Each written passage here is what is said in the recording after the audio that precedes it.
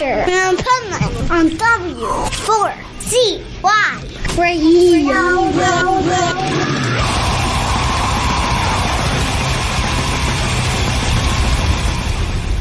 Wake up, America!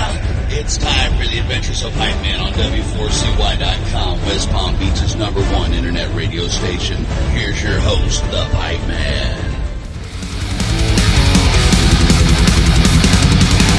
I was a blast, I was a blast, the towers above, silencing voices, killing choices. Just one is enough, controlling the masses, sizing just masses, controlling the masses, which comes to show, reaches of...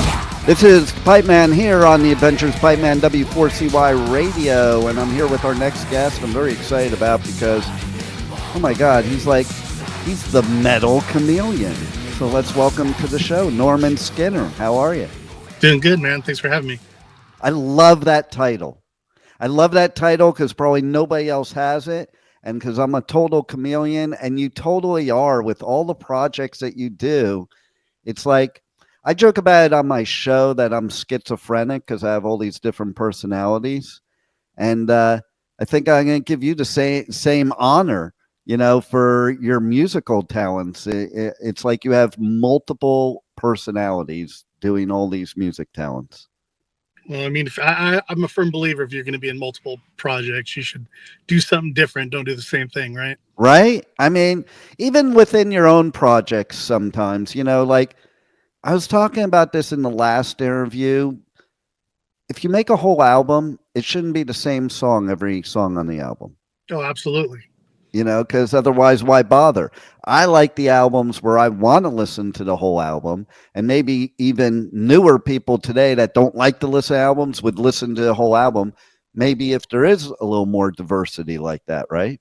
Yeah, right. I mean, not to bag on certain bands, but, you know, when you become a formula band, new album, everyone already knows what to expect. There's no surprises.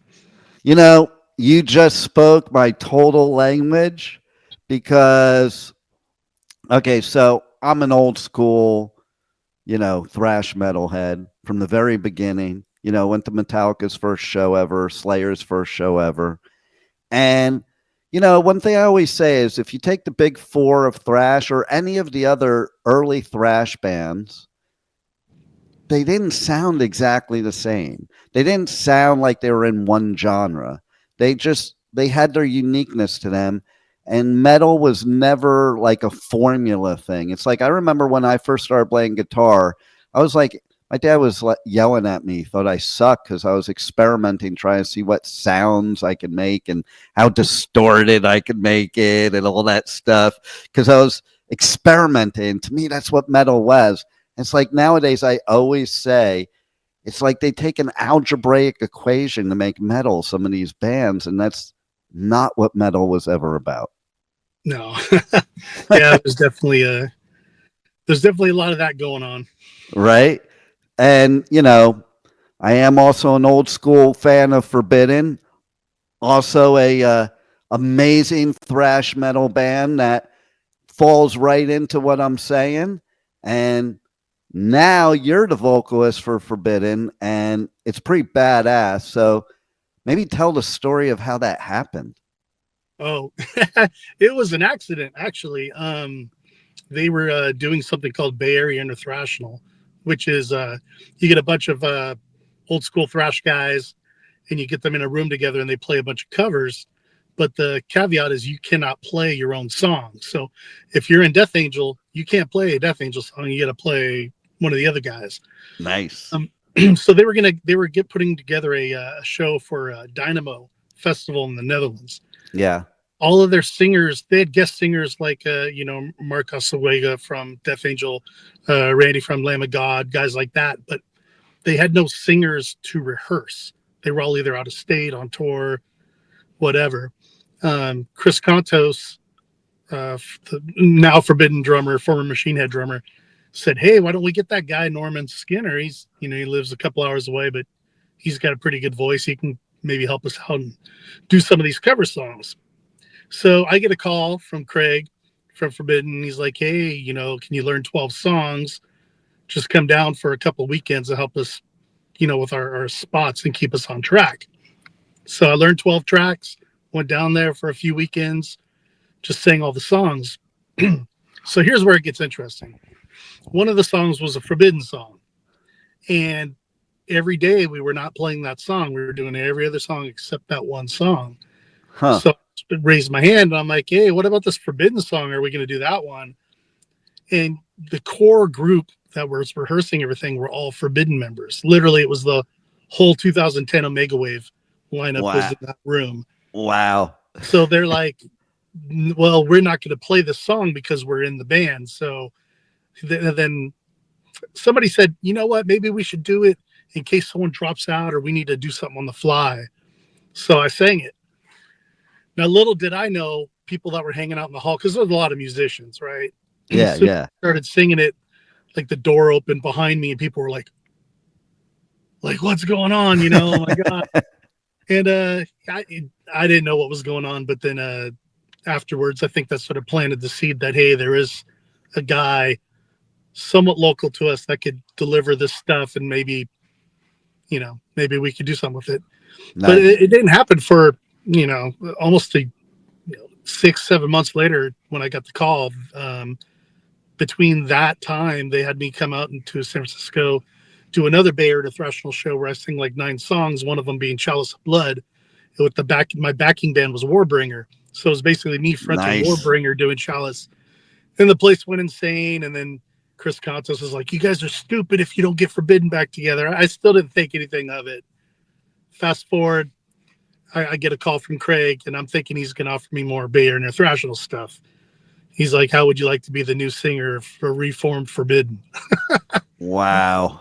I said, yeah. I didn't even talk to anybody. I didn't talk to family, friends. I just said yes. So sort of an accident, just kind of was helping them out with something. Once, things just lined up. That's how sometimes the best things happen. So there it is.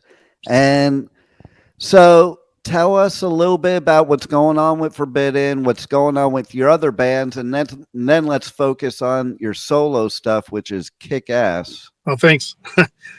Forbidden, we're writing. I mean, we've already announced, we'll be doing the summer run. We're going to play Vaken and Helsinki Metal Fest and a few others that haven't been announced yet, but we're going to do a nice little Euro run.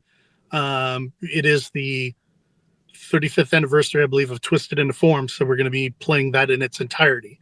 So fans have that to look forward to. Other than that, we're writing. Right this week, I am expecting the first 2 songs to be delivered to me so I can start the very initial first vocal melodies and lyrics to new Forbidden music. So we're literally on the eve of diving into that and getting that going. Very cool. But yeah, that's it for Forbidden. It's kind of quiet. It's a lot of writing right now. Aside from that, my band Niviane, we just released a single, 12 BC Legions in December. On January 17th, there will be a new single called Tomorrow's a New Day being released. We'll have one more in February, another single, and then the full album, Queen of Phantoms, comes out March 7th. So that's going to be our 3rd album. And for fans that are unaware, because obviously it's a smaller band than Forbidden, we're like a really heavy power metal band. So well, it's like, I have a trivia question for you, by the way, but finish your description. No, that's literally it. We're a heavy power metal band. It's like if you like regular power metal, but sometimes it seems a little cheesy and goblins and unicorns, we might be right up your alley because we take it a little more serious and it's got a heavy edge to it. So it is badass.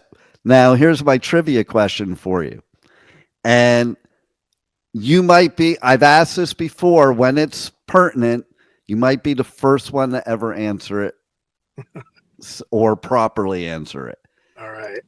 What thrash metal band was originally coined as power metal?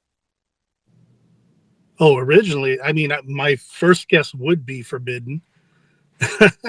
But if it's not Forbidden, I don't know.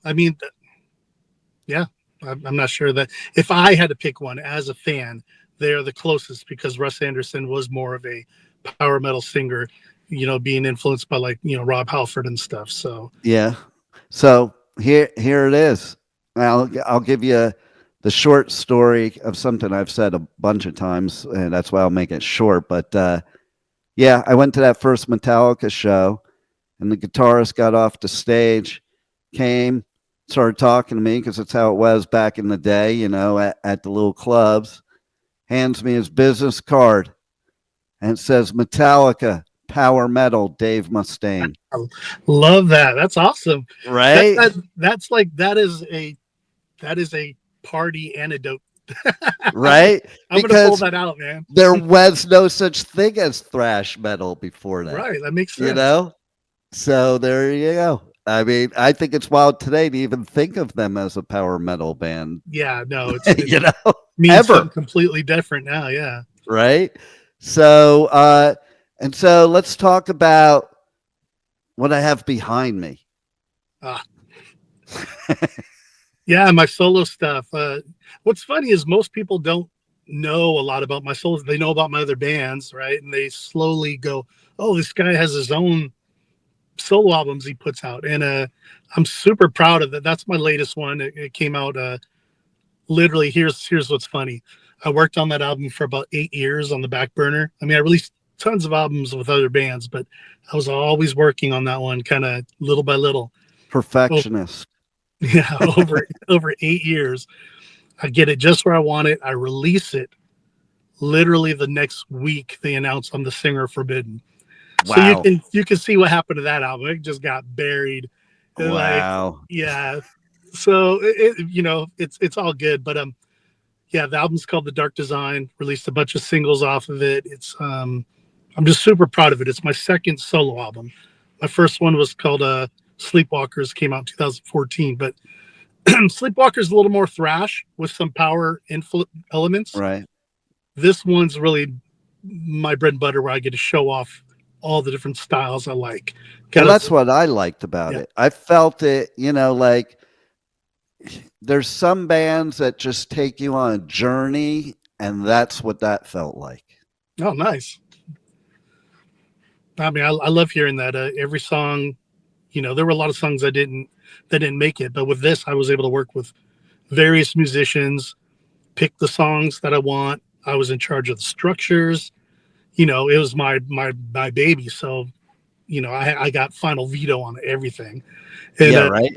Yeah, it turned out fantastic. I'm actually working on the first 3 songs for maybe an upcoming Skinner album. But I'll always be working on solo material, just because it's another creative outlet for myself. So I think it also, for any artist, I think it allows them to stay in bands longer. Like, you know, Lars finally admitted, like, you know, and James, that, you know, maybe they should have let Jason do his thing, and he probably would have still been with the band. Okay. Oh, yeah, absolutely. You know, because if you don't have a creative outlet where, like you said, you have last veto, where you can really express your creativity. When you're in a band, it's like anything else. You do have to, you know, appeal to everybody, not just yourself. Oh yeah, there's a lot of conceding and then fighting battles. Yeah, it's you don't always get it your way. Exactly. And it goes right back to what I said in the beginning about my dad, like saying, yeah, you should quit guitar, you suck, you know, because I was just trying to do what I wanted to do. Like, I didn't care what anybody thought. I was trying to find the sound. Sure. You know? So what else do you have going on that you need to talk about, or that people need to know to look out for? Other than, we got new Forbidden music in the works. Niviane albums coming out. New Skinner stuff's being written. I do have another recording project called Elemantis. Literally, before I left the house, I just got all the drum tracks for the first album delivered. So we're tracking the first album. And once again, I'm doing something completely different than all my other projects. This one is, it's a multi-album concept story. I have about 4 albums written. This is the first one we're tracking. Wow. Different musicians. It's more symphonic, a lot of guest vocals. I don't even sing on some of these songs. Other people do. But it's a vampire love story with a supernatural twist to it. It's just this whole different thing. And once again, it's branching out, getting another creative outlet, doing something completely different than I've been doing with the other projects. It's turning into a Netflix series. It absolutely it has the potential to go in a lot of different ways. Right. But yeah, it's pretty cool. It's in the early stages. As we're tracking, I'm really seeing the songs start to take shape. So it's like, ooh, all right. It sounds good for like comics and graphic novels too, Oh yeah. Like it could just be a whole thing of art. It could. It'll cost me some money. Yeah, right. I think people don't realize that. Like I'm a published author, and if I go do events with my books, people just want me to give them to them for free. Like they think they are free. Like I don't even make enough to buy a piece of gum like off of a book. You know how it is. It's the same with music sales, and it's like they want you why should I buy it from you? Like, because it costs me money. That's why, so I'm big about, support people, buy their merch. It's, artists, music artists, especially, it's the only way nowadays that you guys can survive is off of the merch. And it's the only thing that's really a direct link to you, the artist, opposed to everybody else that has their hand in the pot. So With that said, tell everybody how they can reach out to you on the web, on socials, and check out everything that you have. Yeah, definitely. It's a one-stop shop. You go to normanskinner.net. All my socials are listed. And, up in the bar, there's a store there where you can buy all different merch from past bands, ones that we haven't even discussed, current bands. And I will be linking we have a ton, and I say a ton, I mean a ton of new Forbidden merch being launched in the next month. I'm going to link all of those to my store so they can go to my site as well. And anything that's Forbidden will automatically push you to the other store. So, but yeah, hit me up. I always tell people, I go, I'm a very normal dude, down to earth. I like to make friends, not necessarily fans. So hit me up on the socials. I reply to all my messages. So nice. Well, I love all that you do, and you're an amazing musician. Everybody that doesn't know should check out everything of yours, not just what they know. And your solo stuff is badass. So I recommend everybody get that album and check out all the merch, because I was in that store. I'm like, now that's a merch store. So go do it, or they can't listen to my show. You're right. Hey, thanks a lot for everything. Thanks for being on the Adventures of Pipeman. Awesome. Thank you. Have a good day, brother. You too, man. All right. Bye. Thank you for listening to the Adventures of Pipeman on W4CY Radio.